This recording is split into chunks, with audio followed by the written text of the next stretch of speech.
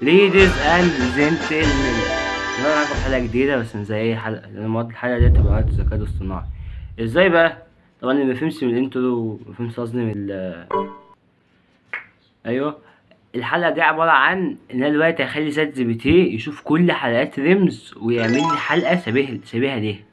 بس طبعا انا اللي همثل، هو بس يكتب السكريبت ده المفروض هقوله.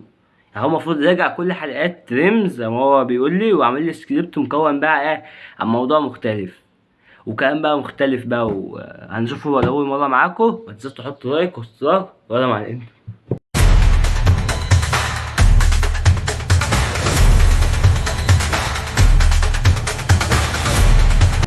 طبعا دي الحلقه التانية من ليمز بعنوان ايه ده؟ كرتون خلف القضبان. مش ده زي اول حلقه مش هي خلف القضبان؟ بيقولك المشهد الاول، فده انا هتكلم واقول بقى. طبعا احنا هنخلي تقييم كل حاجه. يعني المشهد الاول، سبونج بوب في السجن يقول ايه؟ انا المفروض اقول الوالد قبض عليه عشان بيبيع برجر من غير ترخيص ومستني مستر سلطة يجي بالكفالة. انا والله بتكلم كده. انا بقول كده بجد. لا اله الا الله. صفر من عشرة. ناروتو بيقول، قال هيعمل جيتسو ويقدر تعمل حركة ناروتو. يعني العساكر كانوا حافظين الحلقات يا معلم. توقع ده اخر الفان كان ممكن اقوله لو كنت اعمل حلقة عن ناروتو. توم وجيري خلف القضبان.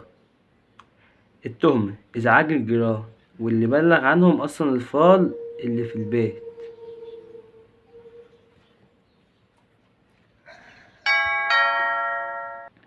بلغ عنهم مش هو توم وجيري ولا القضبان.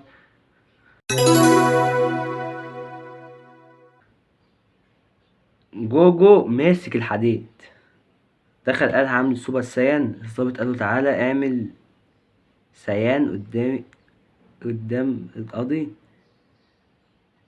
شيء يعني ولا مش فاهم؟ والله ما فاهم. ده بيقول نكت انا ممكن اقعد 5 سنين عشان احللها. تقريبا انا محتاج اخد بكالوريا عشان احلل. يعني بجيب خط صعب جدا. انا بتكلم كده. ده بقول لك مش واحد طلع يدمر البيت الابيض. ميكي ماوس في المخفر. ايه المخفر ده؟ يعني دي جمله جديده. هو كاتب ماسك القضبان والقضبان في الحجز في الزنزانه. ماشي. بيقول لك ميكي ماوس في المخفر مقبوض عليه بتهمة ترويج جبنة مضروبة. يا عم انت حتى مش فار حقيقي. اه بيمثل على الفار. ايوه. كابتن ماجد في الحجز. التهمة إطالة المباراة بشكل غير قانوني. ماتش 90 دقيقة بيمشي عنده 6 حلقات. ده تحية فعلا. كان ممكن أقول كده. ما ممكن الله أعلم. كونان ولا الشبك حل مليون قضية بس نسي يطلع بطاقة شخصية اتقبض عليه كطفل هارب. طب ما هو طفل يا ابني. اوكي.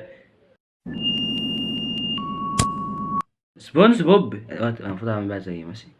سبونج بوب بيبيع جوه السجن.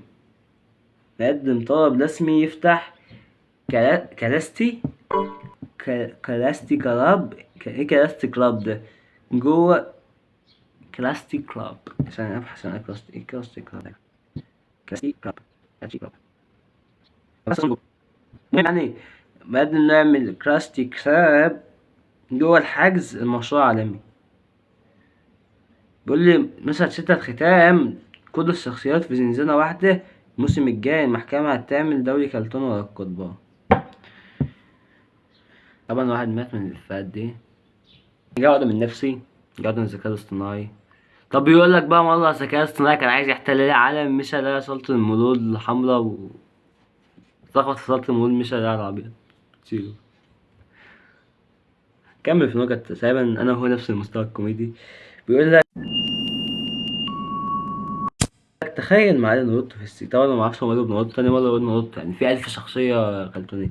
بيقولك تخيل معايا ناروتو في السجن هيحاول يعمل كاكي بونشين نو جوتسو، الحارس يقول له يا ابني اقعد ساكت قبل ما نعمل لك اخلاء سبيل بلازما.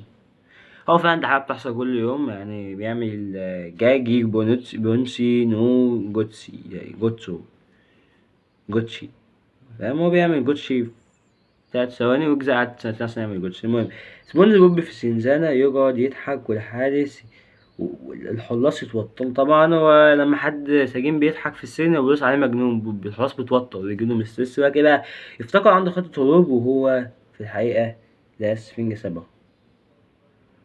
طب هو بص، ولا سفنج سبقه ولا حد سبقه، انت لسه. أنا آسف. لو باتمان دخل السجن أول حاجة هيعملها هيدور على كهف الوطواط في الزنزانة، ولو ملقاش هيعمل جروب واتس لمساجين الأبطال. دي قصة مش نكتة، ده جوجو بقى لو حب يهرب بس هيعمل خطة.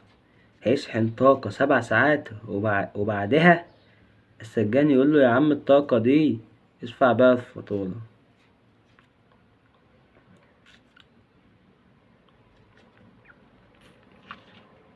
دي تاني أسوأ حاجة أنا سمعتها، بعد إن لو خلوا دموع العسكريات على حساب بيتنا فلس. دي تاني أسوأ حاجة سمعتها. لو سبايدر مان في الحبس هيمد شبكة على الباب الزنزانة، يقوم السجان يزعق يا ابني ده سجن مش بلكونة. اه لو سبايدر مان في الحبس اهو هيمد شبك. لا اله الا الله. توم وجيري لو دخلوا الزنزانة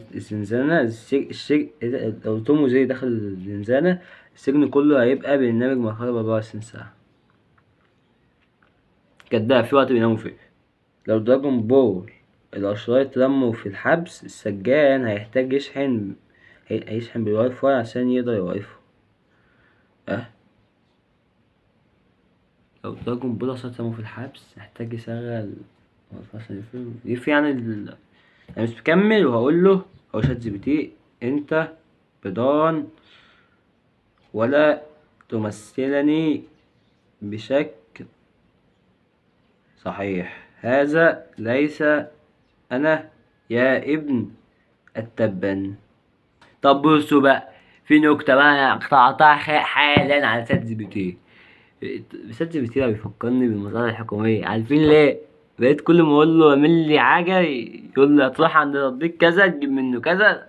يلا دي احسن نكت شات جي بي تي. فاهم الفيديو، ونشوفكم بقى في فيديو تاني، ان هنا الفيديو كده خلص. يلا see you later.